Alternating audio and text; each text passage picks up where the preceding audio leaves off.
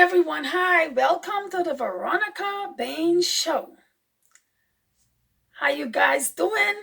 I am so grateful for a new day. It could have been worse, but I am here. Oh my God, yesterday I had an accident. I went down to Fort Lauderdale, my daughter and I, to take some stuff for the Hurricane Relief Fund in the Bahamas. And when we was returning, I was in my vehicle, she was in her vehicle. And I ran in the back of two seniors, and that was, oh my God, it was a shock. I couldn't believe it, but I am okay, they're okay, and my car just need to fix. I had to get a tow truck because my car started to smoke. The radiator tube or whatever it is, it was broken. It got broken. So that's what happened. But anyway, I'm here and I'm healthy, I'm strong. And I always say I've learned to be content in whatever state I'm in, because if it happened yesterday, this is a new day. You just have to keep going on and pressing on. It's nothing you can sit there and do and cry about it. You just have to make the best out of the situation. And that's what I learned. But welcome to my channel. Thank you guys for tuning in. I'd like for you to subscribe. And also like and tell someone for me, please. Leave a comment, or if you have any questions, you can ask me. I am open. I'm an open book. Have nothing to hide. Today, my topic is living with scleroderma and staying healthy. That is what my topic is. And letting you know what scleroderma is and how it affected my life. Scleroderma is an autoimmune connective tissue disease that can affect your circulation for one. My heart, my kidney, and my lungs failed in 2007. And I'm going to tell you more about it. My skin started to tighten. My mouth started to shrink and tighten. My skin started to get shiny and tight. Hair loss, weight loss,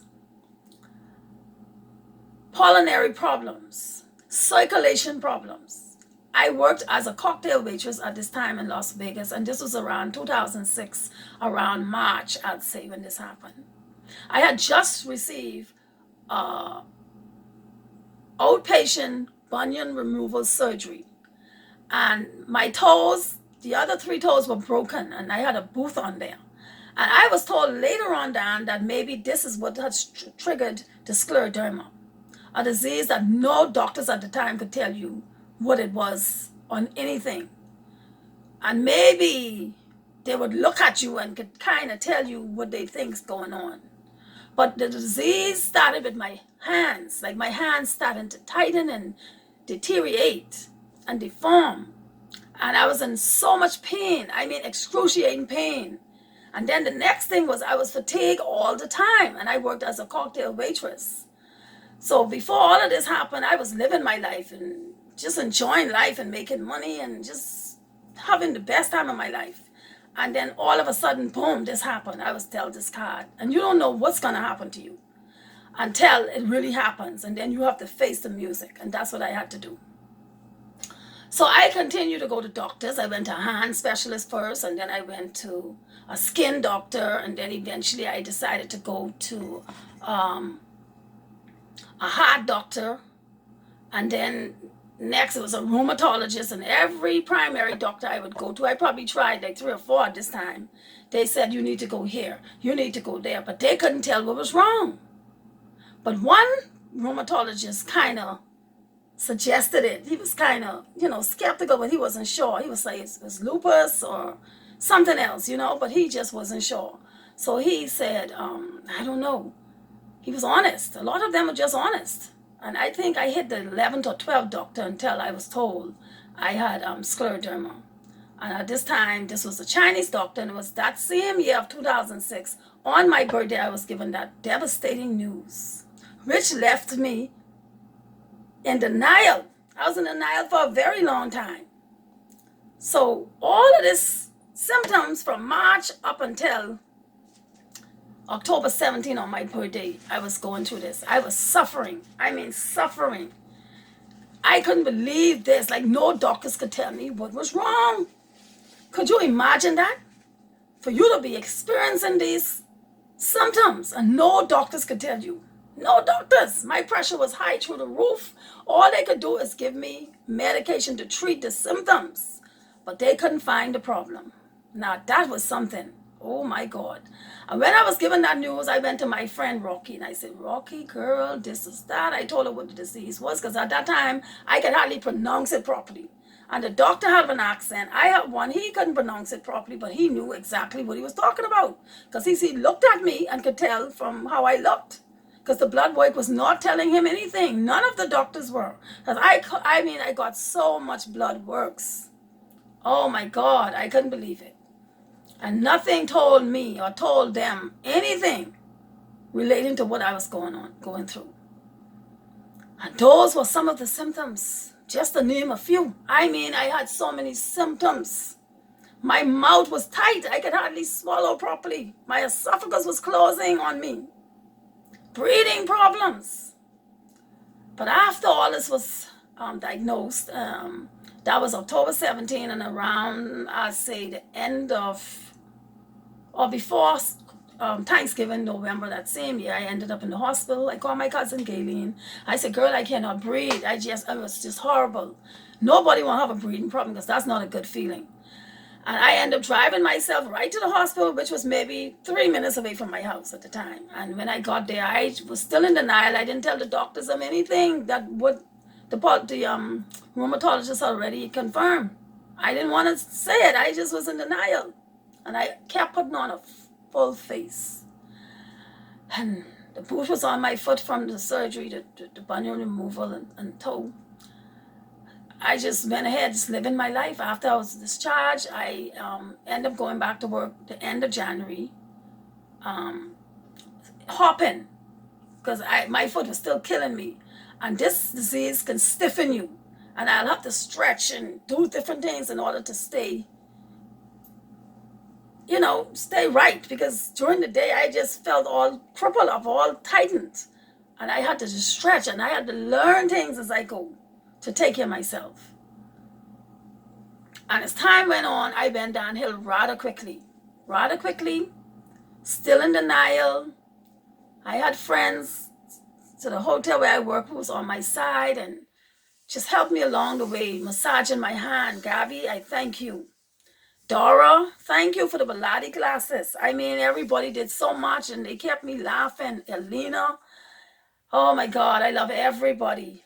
Every one of you who were on my side. I mean, I even had lumps in my breast, and Sheila used to be, she was in remission at the time, and she told me what was going on. She said, girl, you need to check it out. And when there was nothing, it was just these funny symptoms. Everything was just all over the place. My hair was coming out. I lost so much weight. I mean, a tremendous lot of weight. I mean, skin discoloration, dryness of the skin, sores and ulcers. When I went into the hospital, that's when that happened. But the symptoms were many. Some I can't even remember. My eating habits were terrible after a while. I just didn't want to eat. When I drink any kind of fluid, I just feel full. My forearms are always tight and full and in pain. And that's what Gabby massaged. And every time I go to work, I just wanted a massage. Oh my God, I can't describe this. I was just suffering and didn't know what the heck was going on before. And then I still learn and still decide, oh, I'm in denial. I don't want to say anything. But let me tell you, everything goes out the window when you're near the death. When you're near the death, you have to say it. And my daughter came down from Florida, because that's where she stayed at the time going to college. She came down to visit me at 19. And it was her birthday, her 19th birthday. We spent time together. And I didn't want to tell her. I just didn't want to tell her. But I think after she left, in that time period, me suffering and going through the motions, I decided I'd tell her what was going on. And then I told her what's going on and tell her not to be alarmed. I'm going to be all right. But I was so bad. My only baby, only child. I had to break this news too. And all this time I was suffering, fingers curling up on me. Cold, I mean cold. I couldn't stay in that hotel for 2 minutes. I had to walk outside because the hotel is so cold in Vegas. As a cocktail waitress, you have to carry a tray all the time. So I figured at first that's what it was, but it was not. I mean, the circulation problem was so bad. And scleroderma is really a connective tissue disease that causes excessive collagen to be created in the body. And then it causes your organs not to function normally. And it's a rare disease. And it really is a disease that causes circulation problem and discoloring and the skin disorder. That's what scleroderma really is. But it affects everyone in a different way. Because with me, I got systemic, which was a terrible card I was dealt. Some people only get scleroderma, but I get this localized. But I got systemic, inside and outside. My internal organ was affected. My heart, my kidney, and my lungs. But my lungs was affected first, and my skin. And my lungs was the problem. Then my skin. And when they started to see the discoloration and all the different things on my skin, then they said, oh, you have systemic. I had to get a biopsy to determine a lot of things that didn't even work. They just had to look at me and tell me. That's how bad scleroderma is. And I got like the worst of it. And here I am. And I'm saying that to tell you that you could come through anything. If you're strong and you have good people on your side, the negativity have to go. You cannot be around stress because scleroderma does not like it. It does not like a lot of things. Cold water, cold, and period. I have to tote my ski socks and my gloves at all times. Does not matter if it's hot or cold. I have to tote it. I have to carry it with me. Because that's what scleroderma likes. I have to take care of myself. And according to what the doctors have been telling me, I thought I was going to live crippled for the rest of my life. And that's why you cannot listen to everything man tells you. You have to go out there and fight for you. This is your body. You're supposed to know how it works. And try different things until you find out what works for you. And that's what I had to do. And I promised myself I was going to live and not die an early premature death. But I went downhill rather quickly and went into the hospital. That August of 2007. My daughter was called, of course, and she came down. My cousin Donna was there. Rocky was there when I went in. And my cousin Jamal had just left. And I had everybody calling. My best friend Anna from the Bahamas, my sisters, everybody. My friends and the Las Vegas club, everybody was on my side. And I'm so, so grateful for everybody. And I would be able to call the names because there were so many that loved me, and yet there were so many that wished me harm. That's why we have to always be attentive and mindful who we think our friends are, always are not our friends. And try to stay as positive as we can and learn who people are. That's hard sometimes because people can put on a good face. Because the people who loved me and prayed so hard for me and stayed on my bedside is why I'm here today. And my daughter is definitely one of them. My cousin Donna, Rocky, I love you guys. My friend Anna and my sisters were all thousands and thousands of miles away and prayed for me. And that's why I'm here today. Believe you me. My daughter spoke life over me and not death. That's why I'm here. She sang life over me and not death. No weapon formed against you should prosper. Yes, she did. My two sisters came along and they spoke life over me. That's the kind of people you need around you who are going to speak life and not death. I'm telling you, I'm here because of the love that was given and because of my strength that I didn't even know I had. And I'm so grateful. But when I ended up in the hospital, heart, kidney, lungs failed.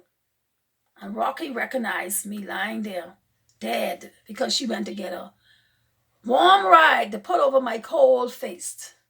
And she said, Ronnie, I wanted to put across your forehead that when I came back, you were cold. That's the reason I went and got the rag. And when she came back, I was gone.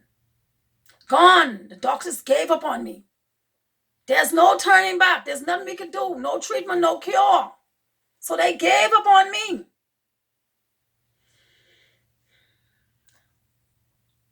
Gave up on me. While my cousin Rocky and Donna stood there. Rocky did the work while Donna prayed. Faith without work is dead. I believe that. Firmly, I believe that. And here I am today. I flatlined, not once, but twice. And it's because of Rocky. She told those doctors no. And while Donna prayed and prayed and prayed. So it was because of the both of them. And those doctors listened because Donna had that praying going on so strong and Rocky was so firm about what she said. They had to listen. So they called in a specialist and found a pulse in my groins the very first time. That's why I'm here. The second time I went again. But they didn't give up because they knew Rocky and them was standing there looking on Donna. And they said when he stuck me in my groins, the blood was all over the room, all over the walls. Oh, they said they'd never been through anything like that. When I came out of that, my doctor, Mooch and Danny, who was my kidney doctor, said, wow, do you realize now you was dead? And I didn't know because I didn't feel anything. All I knew, I just wanted to be comforted. And when I woke up again 2 weeks later, my daughter was standing over me. Standing over me. She prayed breath into me and life.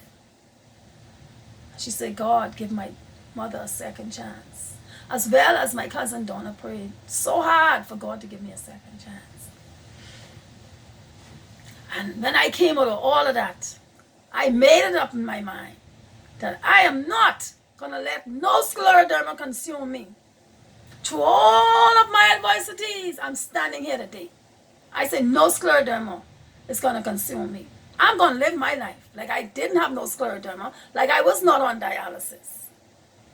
And I was on 24 hours dialysis lying in that bed. And they gave up on me. My heart was infected. Lung had fluid.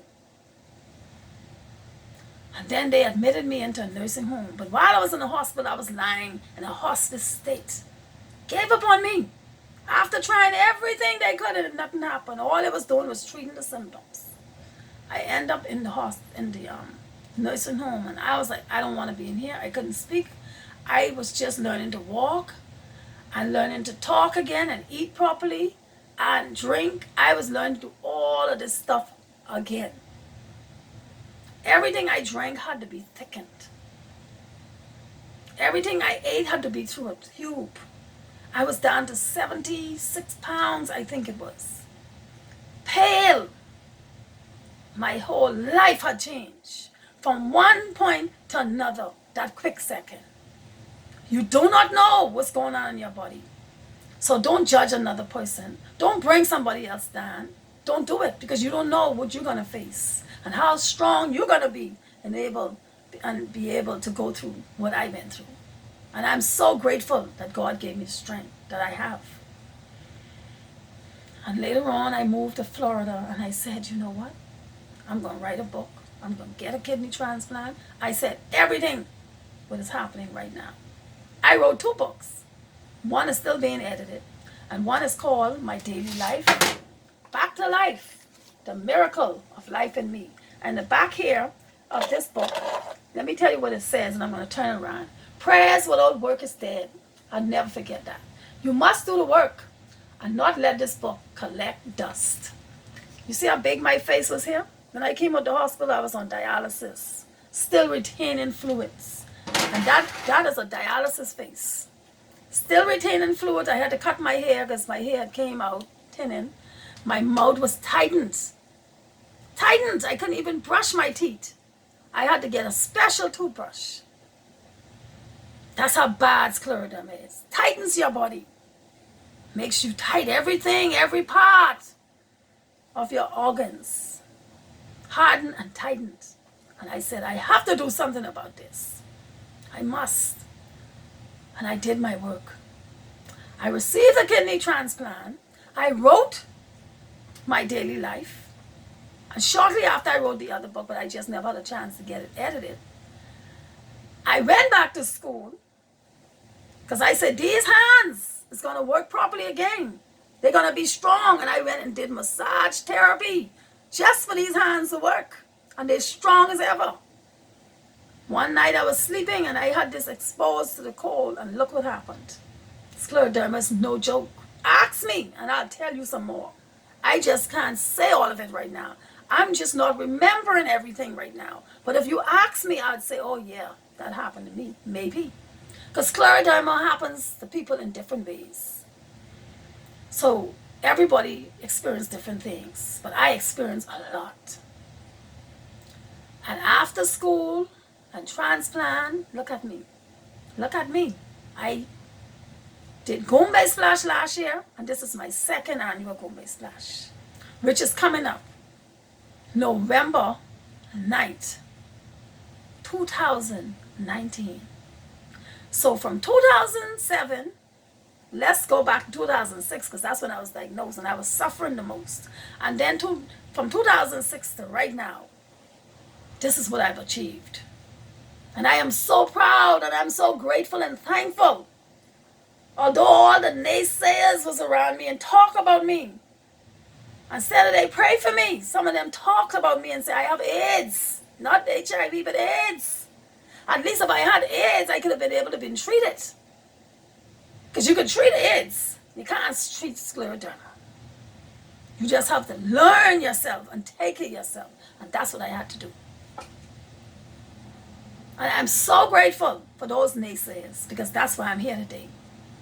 I would love for you all to come out to Goombay Splash. It's going to be at the Dan Calloway in Riviera Beach, 1420 West 10th Street. It's on Facebook under Goombay Splash, and it's on my page, Veronica Bain.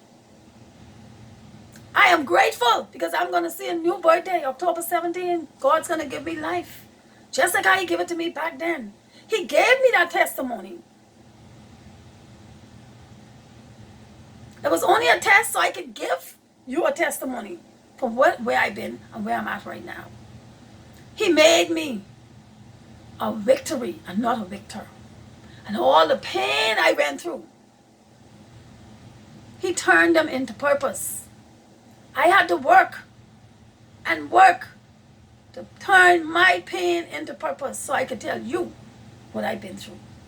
I did not allow scleroderma to consume me, as I said I wasn't going to do. And I'm here today. I want you to be encouraged to know whatever you may be going through right now, that situation can turn around. It can change if you allow it to. You just have to believe. My daughter spoke life on me at 19 years old. Yes, she did. I spoke life on her when she was 14. That's right. She had a surgery in her spine for scoliosis at the Shriners Hospital. And I spoke life on my daughter because she flatlined for a minute also. My story goes deep. It's deeper than my skin and my mouth and all the tightening and the shininess. It's deeper than that. Some words, sometimes you might not understand what I'm saying, because I have a raspy voice now because all the tubes and everything was in my throat for so long. I couldn't speak, but now I can.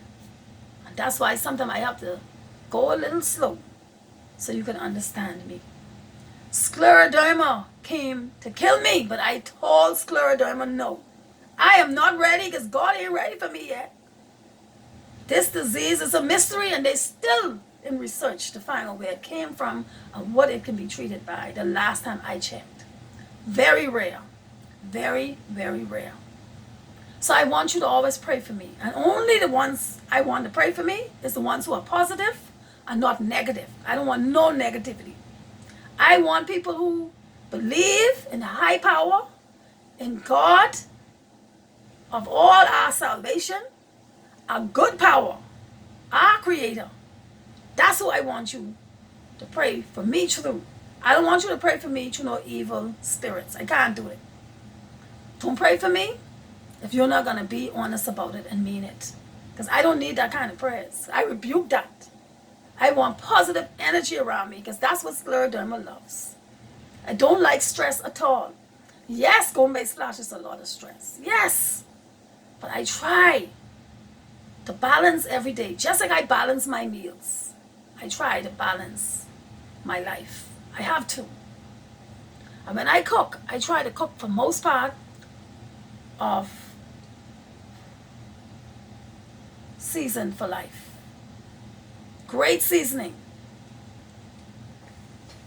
All special and organic herb derived from nature. I don't have many of them because I like to try to find the organic one as much as possible because you know nowadays they put all kind of chemicals, benzene and all kind of mess into our foods. So I try not to produce a lot of it because it's still hard to find organic stuff that doesn't have all these pesticides and benzenes and chemicals in it and GMOs and whatnot. MSG is the worst for you. So we're going to talk about that more and what's in my book and how I eat and how I try to keep myself alive and healthy every single day. And stretch, that's important for scleroderma. And I have to keep all my extremities warm with ski socks and hand ski gloves and whatnot. I have to stay healthy. That is so very important for me. But yes, we have recipes in my daily life. You can find it on Amazon that you can make your own. That's what I always tell people, make foods your own. Make foods the foundation of your life. Make it your medicine and not medicines your food. That's important. We have to get our kids back to basics. Get them into it. Let them go outside and play a little bit. Shoot some marble, climb some tree, do some nursery rhyme, get off the phone for a change. Because our kids are overweight. And we need to start getting them back into nature. Getting them to go outside and play, jump rope, hopscotch, all of that. We need to get back to basics and let's do it. We have to, man. Our kids are dying early, premature deaths. And if we could avoid that, that'd be the best thing. And us adults are dying early. So would you leave up to the kids? You're not teaching them anything, so they would know. So let's do it together. Let's do it for ourselves. Do it for our children. And do it for others. That's the best way to do it. And like I said, if you have any questions, leave me the questions and I will answer you. And my number, because I'm trying to learn how to do the screen thing, to leave stuff on the screen. I'm getting there slowly. My friend Tony, who's with the Tony Brown Show, he has hooked me up again with YouTube, and I'm so grateful to have this channel going so I can help others. And I'm sure I can help one or two persons each time I come on. That will be a blessing to me. And if I can help somebody who have scleroderma, who don't know what they have, and I can tell them what my symptoms were, and if they tell me what theirs are, and we can relate to each other. This is what it's all about. You know, this is what it's all about. So ask me any questions you want to, and I will answer you. But as time goes on, I'm going to tell you after transplant what is happening with my life. Yes, I am healthy right now. There's things going on after the transplant and the side effects and stuff like that. The medications I take, so on and so forth. That'll be another caption. But guys, please subscribe, and also comment and like, please. And tell others so they can come on and listen to my story. I would love for people to know this and have questions so I can answer them. I love you guys, and please check out Gombe Splash, November 9th in the Riviera Beach area, 1420 West 10th Street. You can find us on Facebook. You can purchase your ticket off Eventbrite, or you can also purchase your ticket off the $ Veronica Olander. That's VERONICA OLANDER. That's the $ first, Veronica Olander. You can donate to that page because I'm also with the Hurricane Relief Fund that I went and took stuff to the Bahamas, and I'm still doing it, and I'm going to give $5 back from each $20 ticket purchase. So that'll be your contribution. If you buy a ticket, attend the festival, which is going to be phenomenal, something you don't want to miss. And it's something different from all the other festivals because this is from the Bahamas. And a lot of people went to Gombe back in the day, so I'm sure they have an idea what it is. I mean, it's going to be off the chain. So come on and check us out, and also donate and purchase your ticket. Love you guys, and I hope to see you guys subscribe and like. Have a great evening.